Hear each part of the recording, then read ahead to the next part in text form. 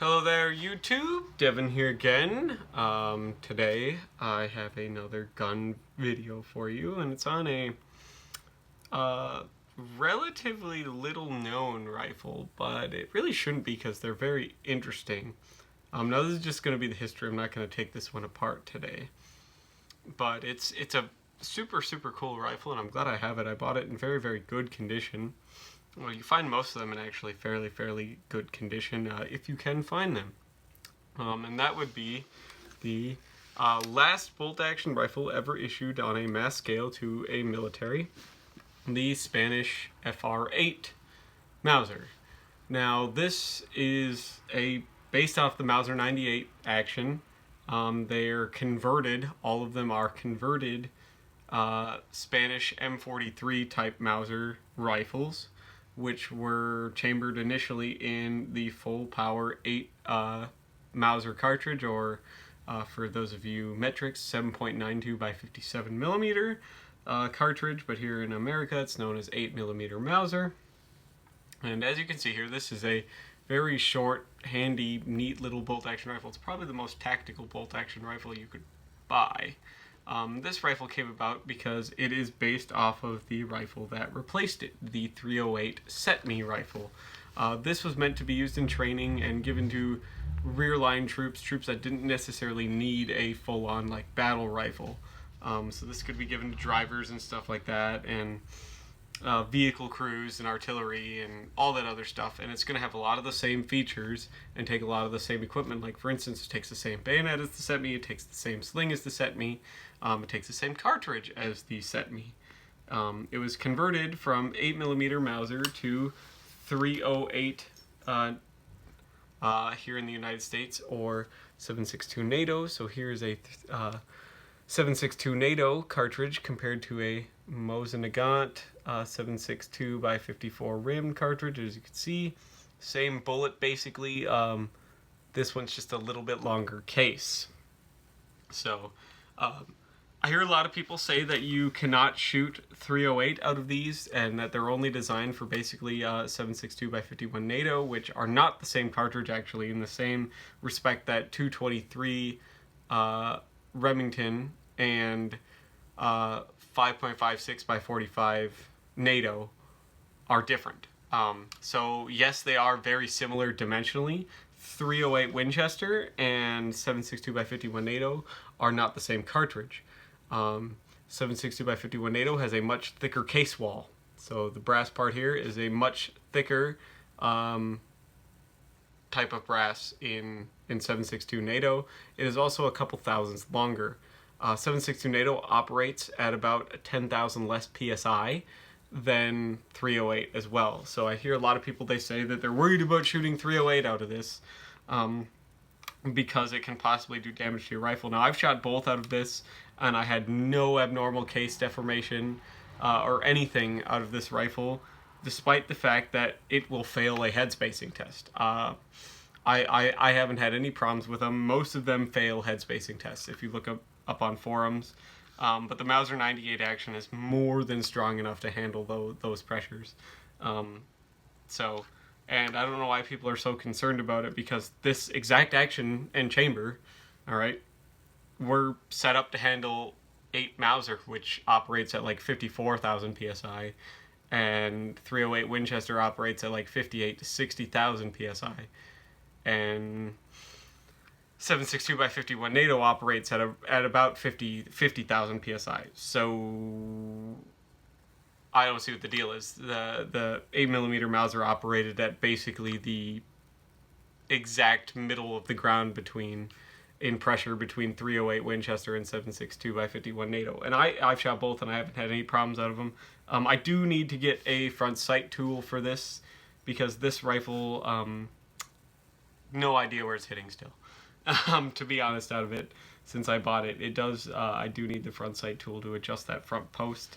Cool thing about it, though, is it has a diopter rear sight. So if I swing this up here, you can see it has a U-notch right here, and that U-notch is for 100 meters. One click to the right, so 90 degrees to the right, you get an aperture for 200 meters. bring it around again for one more notch, so 180 degrees now from the U notch, you have 200 meters, and then if you bring it all the way back around, you have a 400 meter aperture. It works exactly the same way though as every other Mauser rifle. The FR8 is a straight bolt handle, the FR7 is a smaller bolt handle. So works just like any other Mauser rifle. It's actually the same bolt. You can actually, this bolt will just fit into any other basically K98 Mauser 98 rifle. No problem, because they didn't change the bolt at all. So this is your bolt. It has been Parkerized though rather than blued, so you'll find these Parkerized. So it operates the exact same way though, no problems at all. One problem though is unlike most other bolt action rifles, this will not close on an empty magazine. You need to depress the follower in the magazine in order to be able to close this rifle. But overall, this rifle's in very, very good condition. I'll take it apart and let you guys take a look at it and everything else like that coming up. But these were made in the early 50s by La Corona. You probably won't be able to see it because it's so faint on mine. But you can look these up pretty easily. They're made by the Spanish government by Fábrica de Armas. And then their seal, and then it's La Corona, and mine was made in 1951. These are forced matching, so they were taken from pretty decent existing M43 Mausers. Most of them you find the top handguard's wood will not match the bottom handguard because the bottom handguard and stock is original to the M43 rifle, whereas this new upper handguard is manufactured to handle the new barrel. This tube underneath the barrel, a lot of people think is a gas tube. It does not actually have a gas tube. It's a bolt-action rifle. It does not need a gas tube because it is not a recoil-operated gun. It is, in fact, just a tube to hold the bayonet lug, and it's meant to resemble a gas tube that you would find on the Setme, except rotated. The gas tube would be on top on the Setme rather than on the bottom. But it holds the bayonet lug, as you can see here. But this is actually just a storage tube where you can hold a bore pull-through and some of the other tools you would need to take down the rifle, and it's held in place with a little detent right here. So it has a flash hider, your standard birdcage style flash hider, with two little cuts in it meant to be used for severing a wire. So you would press a wire against this and then you would fire around. You could sever a wire, which is why it has those two little cuts in it. It's a very, very smooth, chunky action. Takes the same sling as the Setme, as I said before. The only other visual difference from these, other than the parkerization and everything action-wise, is that there is a little, they put a metal plate in the front of the magazine, which you probably will not be able to see in this type of lighting I have here. But there is a little bit of metal that they put in the front of the magazine because, of course, 7.62 NATO is much shorter than 8mm Mauser. So they did that just so the rounds can get up in the chamber a lot easier. They don't hang up as much. This rifle is an excellent rifle, though. I'm super glad to have it. It's a real short, handy carbine style rifle. I will say this, though. For as short as it is, recoil is nowhere near as bad as I expected. It's actually got a fairly mild recoil for as light and handy and short as this rifle is. And it's still actually much quieter than my Mosin Nagant. The Mosin Nagant is still by far the loudest firearm I own. But excellent history of these. These were used by the Spanish government. Basically, if you consider parts of the rifle, it was used from mid-World War II up until the 70s, late 70s, and some people say early 80s, some sources say, with very, very reserve troops. And then they were all surplus to the United States in the 80s. There wasn't all that many of them made as far as bolt-action rifles go, being mass issued, but it is actually the last issued bolt-action rifle to military. The earliest ones you could find are made in the 50s, whereas the Madsen, a lot of people like to consider the Madsen M47 the last bolt-action rifle. That was designed and they were ready to come off the assembly line in 1947. These were not designed and manufactured until the 50s. So this is actually the last bolt-action rifle issued to any military. If you do have NATO standard 22mm rifle grenades, they are built in to the barrel of the flash hider. You could slide NATO standard 22 millimeter rifle grenades on there just fine. It has multiple sling points. You can undersling it right here or side sling it on this side via this bar. But it only has one forward sling mounting point and it is an iron loop right here, as you can see, right there. That's where you would just clip it there. Very, very handy, nice little bolt action rifle. Very, very happy to have it. Cool piece of history.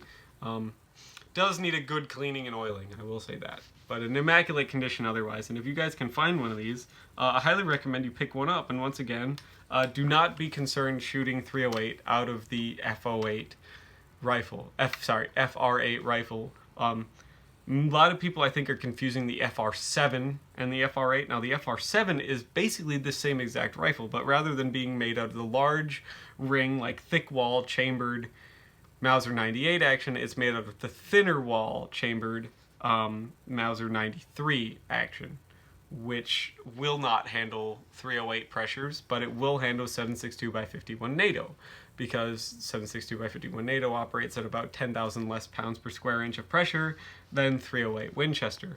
But if you do get an FR8, it will handle both just fine. Don't worry about it, okay? This is a more than strong enough action to handle that.